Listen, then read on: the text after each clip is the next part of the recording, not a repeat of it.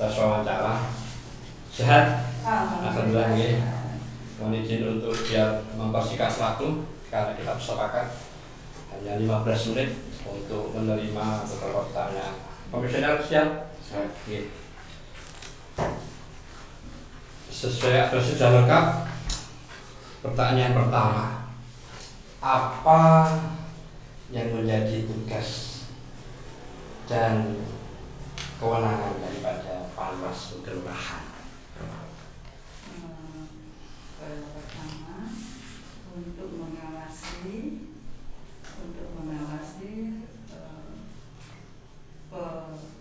proses pemilu, ya, petugas PPS, ya, dan petugasannya pengawasan daftar. Ini kan baru proses apa namanya? Daftar pemilik. Daftar pemilik. Ya, daftar pemilik. Dan ini DPD ya, baru nanti pengawasan DPD calon peserta. Lupa, nggak apa-apa. Kemudian tentunya menjadi hal yang penting ketika setiap penyelenggara pemilu harus bekerja sesuai dengan aturan. Dasar hukum dari pemilihan umum 2024 adalah dasar hukum dari pada pemilu 2024 adalah nomor 7 tahun 2000. Nomor undang-undang Nomor 7 tahun 2017. Sudah ada putusan. Berikutnya yang menjadi subjek nantinya ketika menjadi bahan palsu. Jadi kalau ternyata Bu Sugianti nanti terpilih, apa yang menjadi subjek pengawasan dari Ibu Sugianti? Pertama, mengawasi berjalannya kegiatan pemilu di tingkat kelurahan.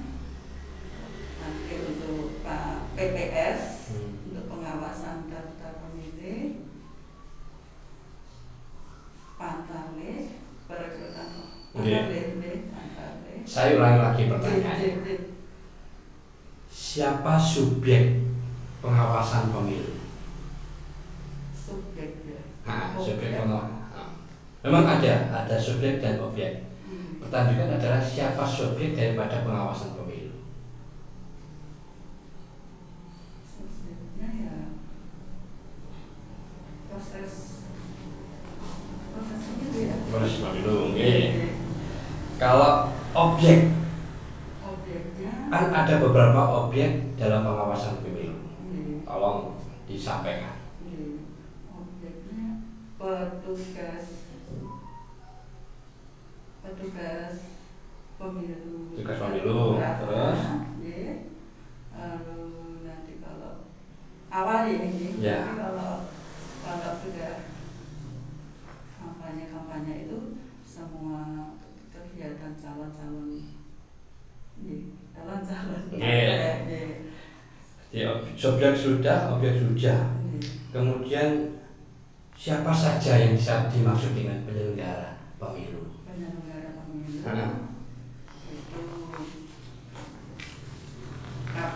KPU Kota dicalonkan di KPU Kota gitu. Terus PPK PPS KPPS terus apa yang enggak ya? Penyelenggara sudah. Kemudian siapa peserta pemilu itu? Peserta pemilu semua warga negara. Semua warga negara. Apalagi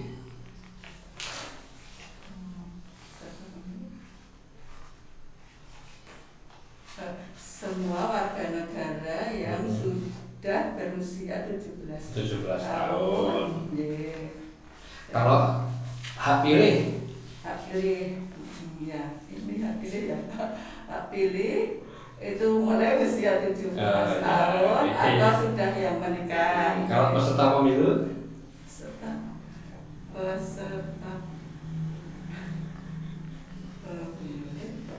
pemilu ya deh.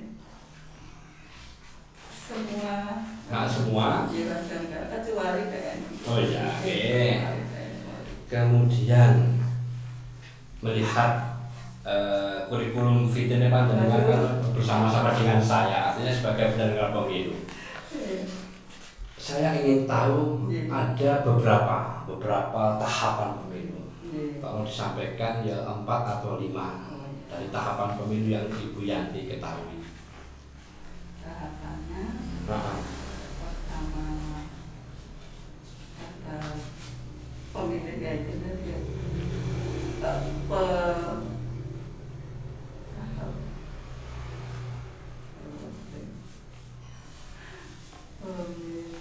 tahapan pemilihan daftar peserta pemilih, juga nanti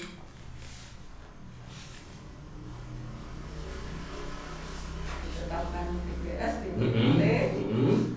Setelah itu nanti setelah diumumkan DPT nanti penyelenggaraan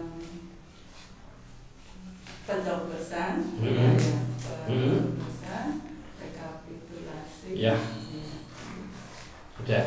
Satu terakhir saja dari saya. Pelaksanaan pemilu 2024 hari dan tanggal bulan tahun. Hari Rabu. 14 Februari 2024. Terima kasih. Monggo dari Pak Asti. Ya, Bu Yanti ya. Mungkin ada beberapa pertanyaan dari saya. Ini tentang identitas ya. Bagaimana pandangan Ibu tentang hak pilih? Apa maksud hak pilih? Apa ini tentang ya itu pandangan Ibu tentang hak pilih warga negara Indonesia? Hak pilih itu berarti semua warga negara Indonesia yang sudah menikah atau yang sudah berusia 17 tahun kecuali TNI Polri.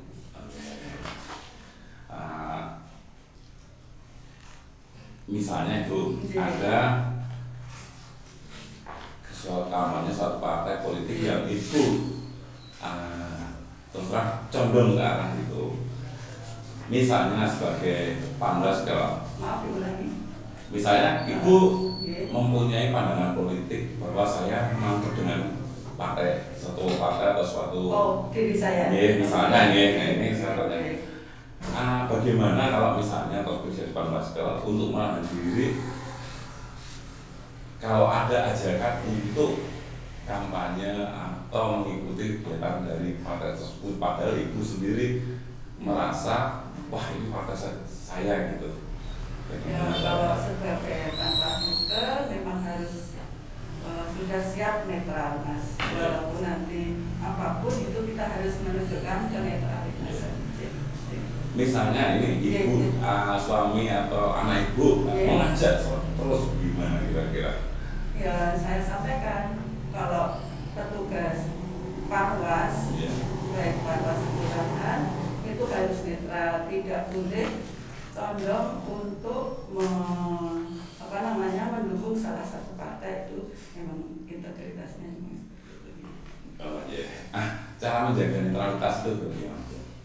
Menjaga dengan perilaku kita, tidak mengikuti kegiatan kepartaian tersebut, itu tidak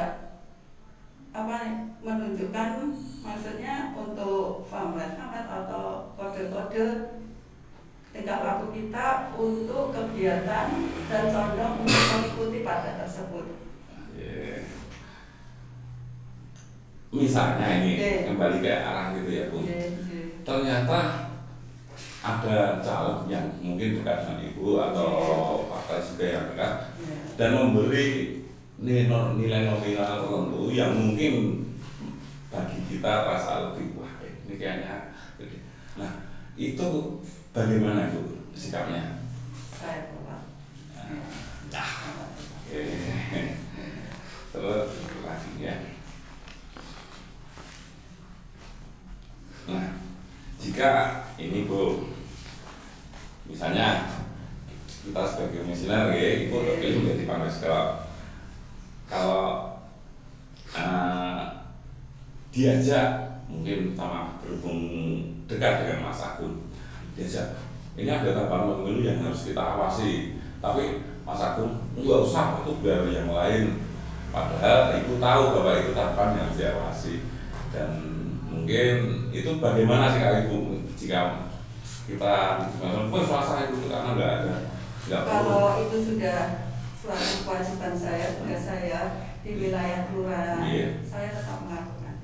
Oh gitu, meskipun diajak oleh 14 jam yang karena itu suatu ketugasan. Iya. Saya rasa itu mungkin Mas Bambang yang melanjutkan. Enggak Bu, untuk bergabung dengan Panwaskel itu tentunya Ibu punya visi-misi. Misi-misinya untuk berpartisipasi dalam pemilu 2024. Terus motivasinya apa Bu?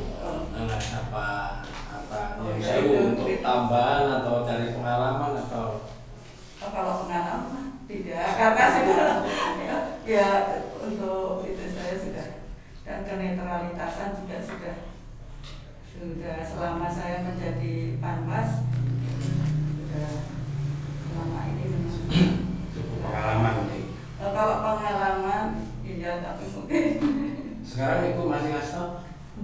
Enggak. Saya dari dulu nggak ngasih, cuma pekerja sosial. Oh iya. Seandainya Bu ada, ini kan untuk kepentingan negara ya. Kebetulan Ibu punya kesibukan yang lain. Nah, mana yang akan didahulukan? Panwas. Untuk sementara ini saya memang ketugasan saya selain di kelurahan atau kegiatan sosial itu di Mitra BPS. Tapi kemarin Mitra BPS sudah berakhir pertengahan Januari kemarin, tugas saya sudah selesai. Jadi saya ini free, tidak ada pekerjaan. Memang saya fokuskan untuk mengikuti seleksi, menyiapkan diri untuk ini dalam setiap tahapan pemilu kan waktunya tidak tentu ya Bu. Iya. Apakah Ibu bersedia kalau sewaktu-waktu entah itu jam berapapun untuk tugas? Ya. Insya Allah bersedia, karena juga sudah terbiasa seperti itu sampai malam, sampai jam 1 sewaktu-waktu kita diperlukan, kita di lapangan kita sanggup. Kalau Ibu di wilayah itu kira-kira dinamika politiknya gimana Bu? Apa ada partai tertentu yang dominan? Iya, kalau di Surya Putra mungkin juga Mas Hediawan juga tahu, itu memang ya, ada salah satu partai dominan.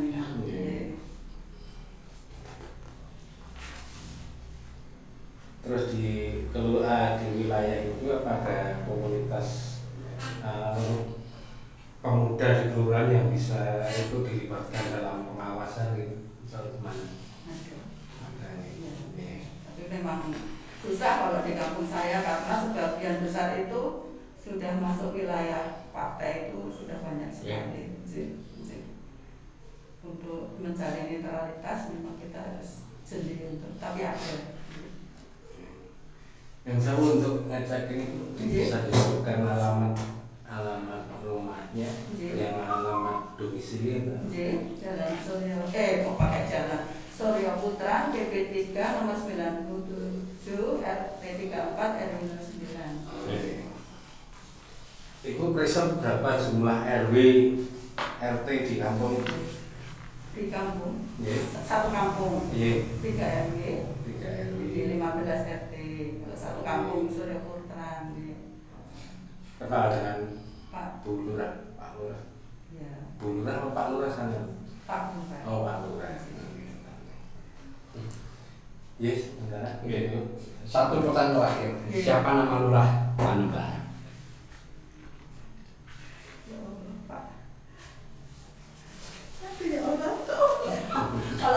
Kalau istrinya Bu Siti Mas Iya. ya.